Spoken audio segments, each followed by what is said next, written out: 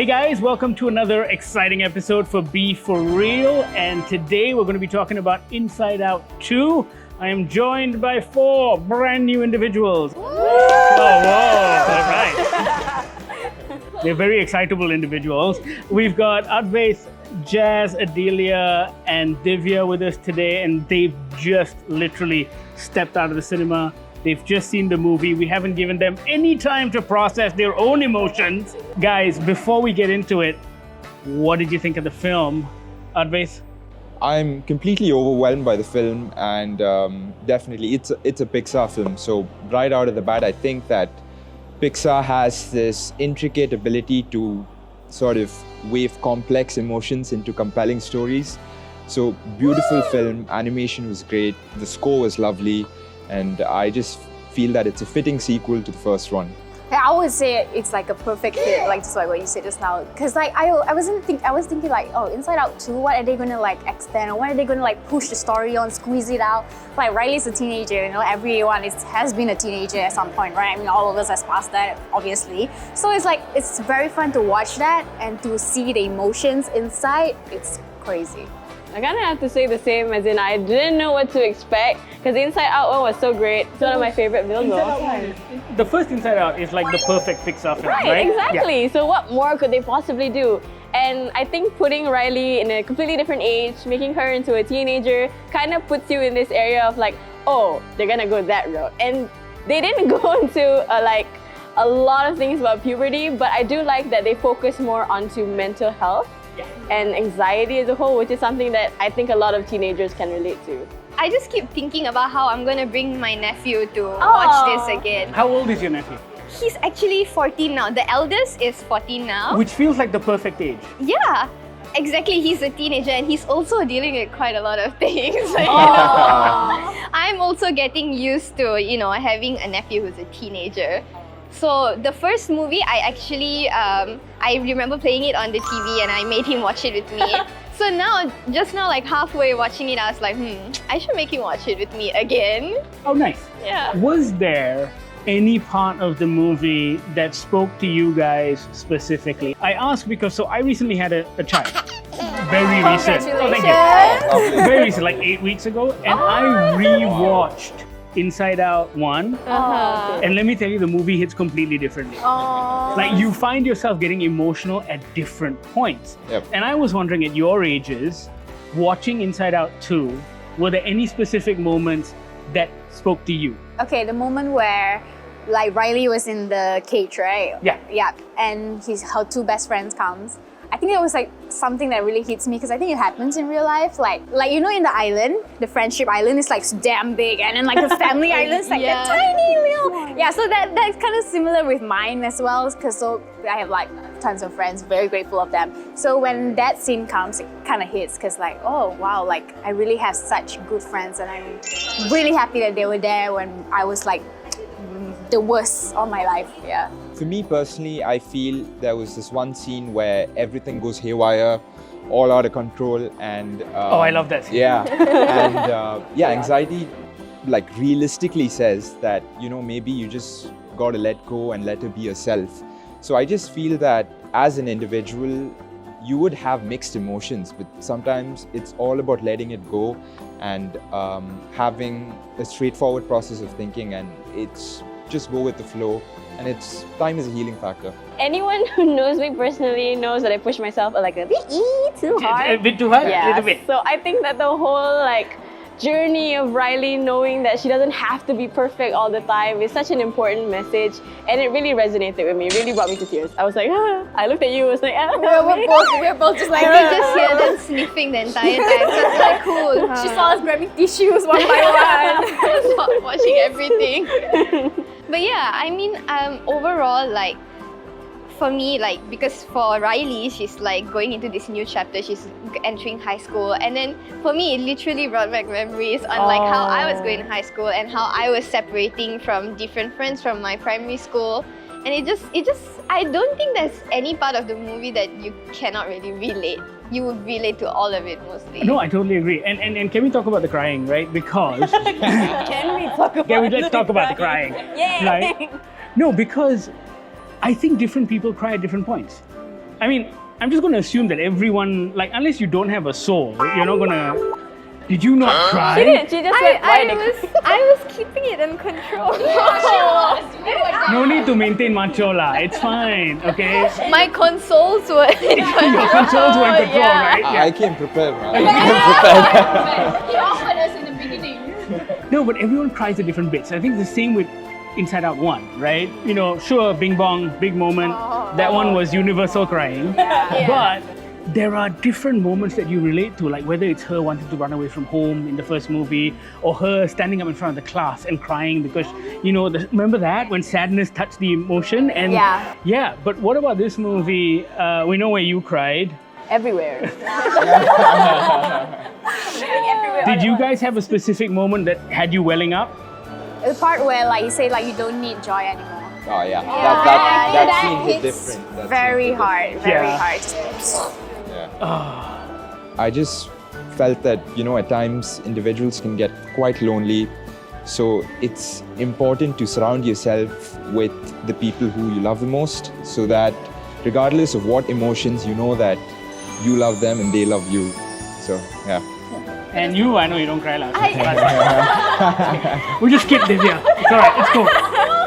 I did get emotional. I did. Like, yes, that scene. But other than that, I think there's one part where Joy gets really like demotivated, and then there's a tear that slipped on Yeah, her the one eye. tear, right? You're Yeah, like, and you know, it almost got me thinking like, oh, this is literally on tough times. You know, we try to be as positive as much as we can, but then there will be time that you will feel that a little wave of sadness. And I think it reflects back to I don't remember, but there was once like I read this. I was watching like this random clip of Inside Out, and then somebody commented on it saying that, you know how Joy has blue hair, and the blue hair basically reflects on how much you need sadness in order to feel the joy. So it brings me back to that point, and I was like, you know, if you don't really feel that sad moment at some point, you're not really going to appreciate that joy in your life. So. but it still wasn't enough to make you cry lah. That's okay. We can move on. No, so I personally feel that movies like this are quite important because a lot of the time we don't confront our emotions in this way. And I think watching movies like this makes this accessible for everyone. I was wondering if you could speak to that as to how like a movie like this can actually change you or your perception of the world, or even how you see yourself and emotion. This film probably has the best depiction of an anxiety attack I've seen in a hot minute. Right? I don't. It was so real at the was end. so real. I don't know if you had an anxiety attack. Anxiety attacks, Yes, yeah. but they're not fun. No. And it felt very real, and honestly, Like the heavy breathing and the the slowing heartbeats, down and the heart. Yeah, it was so good. And I was like, oh, there must have been someone on set or behind the scenes that, you know, is a professional, is someone who has dealt with this personally, and I think that's really refreshing to see. And more so if you're a kid watching it and you don't know what it is like you're experiencing, and then you see it on screen and you're like, oh wait, I have that, or I've experienced that, right? I feel that Inside Out 2 is one such film which is not restricted to a range of ages. Anybody can watch it.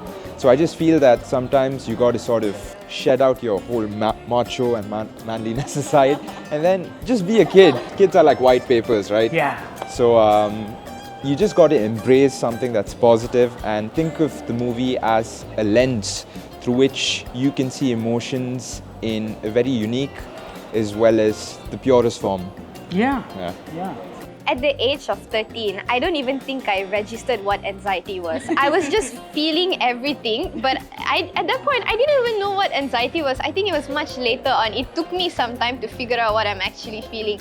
So, you know, now that you have it out in a movie, and then like, for example, I bring my nephew and watch it, and he's actually going to be more self-aware compared to how I was when I was 14. Also, the conversations he's going to have with you afterwards. Yeah, Right? yeah. I'm sure he'll have questions. I'm sure he'll be able to relate to a lot of that. True. And I think that's the key moment after True. watching a movie like this. It's the conversations you have, right? Yeah. Did you wonder what an Asian Inside Out would look like? Oh man, oh god. I mean, yeah. it would be completely different, right? First thing came in my mind, pain, because the amount of rotan we have, the amount of punishment, the amount of belt hanger. Oi, Asian household, don't play, I tell you. Too scary. Fear, the size of fear should be like double. Double. Yeah. not Anxiety as skinny, well. maybe like bigger.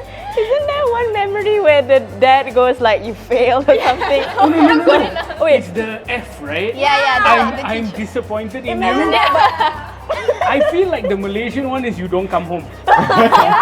stay outside. I come from an Indian household. Right. So you either get A plus or you go back home. You don't enter the house. So I feel an Asian Inside 2 would be quite interesting because the only emotions that are on the table is anxiety and fear. Nothing else. Everything else is in the jail. It's like, you know, the parents dropping you off. It's like, Riley, have a good time at camp. Isn't that great? Can't You relate. have so much fun.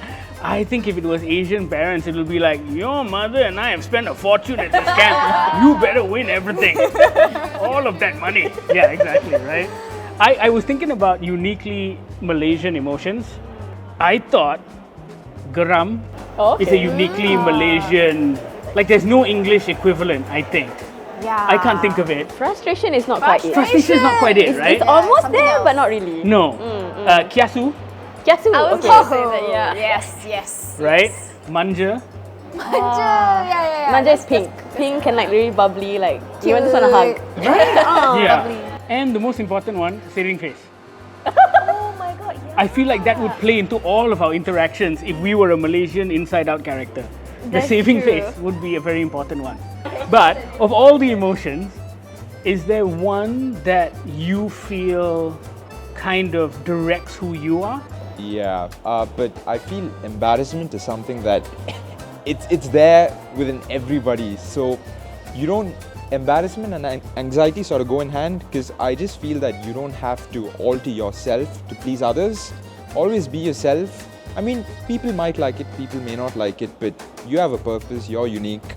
So I just feel that one always have to be themselves, and it's important to sort of just stay who you are instead of trying to be or forcing to be somebody else. It's okay, man. You're Yeah. cool. What about you guys? Any combinations of that kind of you feel that maybe dominate your personality? I've had this conversation many times with like my friends, my like family, and we've already had like, which emotion do you think you are? But this was with the main cast, obviously. Right. But they always told that I was joy, not for the good reasons. What for the good reason, like I guess I'm like bubbly. Who knows? But I'm also like a huge people pleaser. Yes. We have to be self-aware. But yes, and of course with the new edition, Anxi-Tea, I got my main Now one. it's rounded. Now I have the complete set. Right.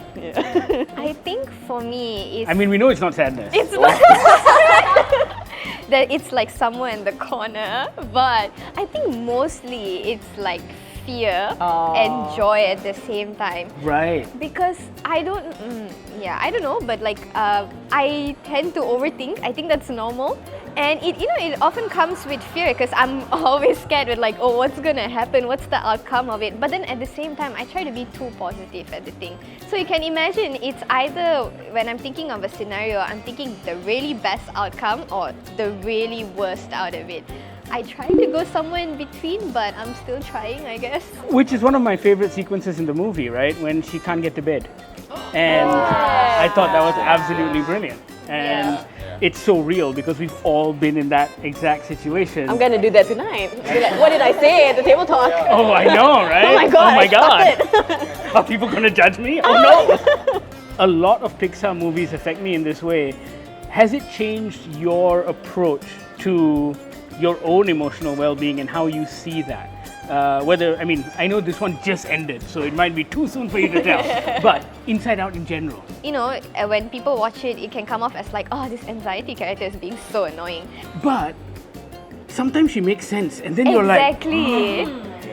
And that's the whole point of it, right? Like, when we are actually dealing with our own anxiety, we don't see ourselves as an annoying character. We actually be like, oh, okay, the reason I'm doing this is because I want the best out of this. Right? I've got plans. Yeah, and at the end of the day, when anxiety says I'm sorry to Joy, I actually felt really sad at that point because it's we don't come with the worst intention, but it's just that things can go wrong. But not sad enough to cry lah. I'm just saying. Okay, carry on. I'll go home and cry. No, get some anxiety. Oh yeah. And then I'll reflect back. In contrast to you, I was crying my heart out when... I'll think about it tonight. Oh, for real, when Anxi-Tea apologized, like when she said, oh, I was just trying to protect her, I was like, oh, no, stop. That's so sad. And I do agree with you. We're all just trying our best. And anxiety is like the manifestation of like our entire subconscious is trying to help us do the best that we can. And I think we're all just trying to do that as we go on with our lives. Do you think it's better than the first? Do you think it matches the first? The thing is, I think the first movie will always hold like a special place in your heart. It was new, right? Yeah, it was fresh. very new for you. And the fact that the second one, it actually like keeps up with it. So I don't think there's anything as like the better version. I think, in fact, it just gets good and better. It's a very diplomatic answer. Yeah. I mean, I feel that the sequel goes hand in hand with the first movie because it sort of just extends our joy, making it a franchise. So one without the other would be incomplete. If there was no first movie, there wouldn't be a second, obviously. Okay, I look at it in a different perspective where if I'm in a different age, like maybe when I was younger, maybe I would have a different favor in the different towards like Inside Out 1 maybe better to Inside Out 2, but it depends on like my age and my mood. But both is just a great movie to just watch it as like an inspiration for your emotions. Yeah. But I do have to say that I relate to this one more currently.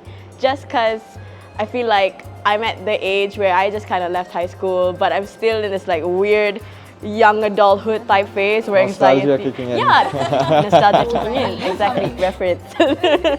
But I do think that I resonate with this one a lot more. So anyone that like coming into high school, children at that age, or even people just like entering university, watch this. Even though she's a teenager, I think the issues addressed in this movie, the emotions addressed in this movie, will speak to grown-ups. I've met many grown-ups without the kind of emotional maturity that this movie brings. Maybe they can learn something from it, right? Thanks so much, guys. It's been an absolute pleasure, and thank you for watching another exciting episode of Be For Real. We'll be back soon.